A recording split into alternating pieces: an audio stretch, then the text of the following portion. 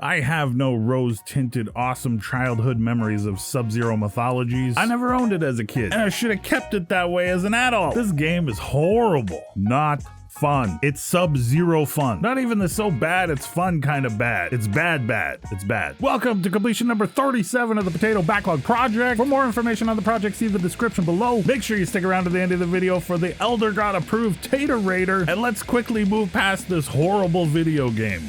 I love Mortal Kombat. I have since I first played it back in the arcades in 1992. 30 years later, and I still love it. But even that love is not strong enough for me to forgive how horrible Mortal Kombat Mythologies Sub-Zero is. I had heard it was bad, and I watched a few speedrunners play it, but I wasn't really paying too much attention to what was going on. I bought the game as an adult with plans to finally experience it for myself, and it sat on the shelf for a few years until I started my backlog project. Had I played Mythologies as a child, I might have some fond memories of it just being a difficult but still cool game, because you are Sub-Zero and it is set in the Mortal Kombat universe. The game introduces some new characters, has a pretty cool storyline for the time, and the whole idea of what the game is sounds really great on paper. Unfortunately, nothing here is executed in a way that makes the game fun to play. They took the Mortal Kombat 3 control system, including the run button, and put it into this game, and it doesn't work at all. The worst part of the controls, outside of being unresponsive and super janky, is the need to push a button to change the direction you're facing. You're already playing the game with this silly looking thing, and now in a platform adventure beat 'em up style game you gotta push a button to turn around? I fell off ledges a ton, I got squashed by traps, I got beat up because I just couldn't turn around fast enough. Nothing about holding that controller and pushing those buttons was fun. The one thing I was excited about was seeing some of the cutscenes for the game, because I had a rough idea of some of the things that happened in the story. Then I remembered one of the reasons I didn't get the game when I was younger. The Nintendo 64 version didn't have the full motion video cutscenes. Due to the memory limitations of the cartridge format, the N64 version at the time was relegated to some really low resolution stills of video. Yeah, you would need to play the PlayStation version of the game to see all the video, and that could be something a person could forgive if the actual gameplay was fun.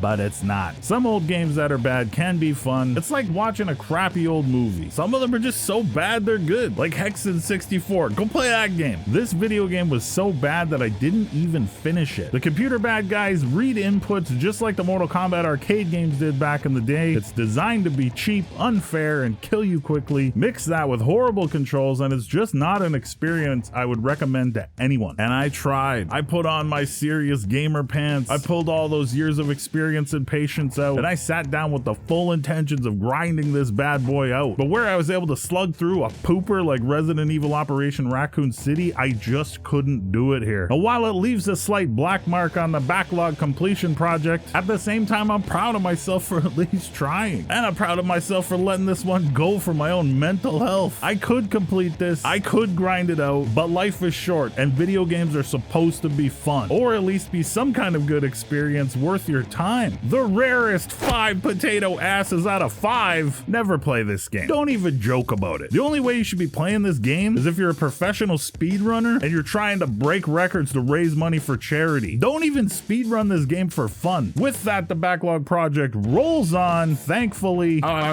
Be kind to yourselves like I was by laying this bad boy down. We're on to the next one.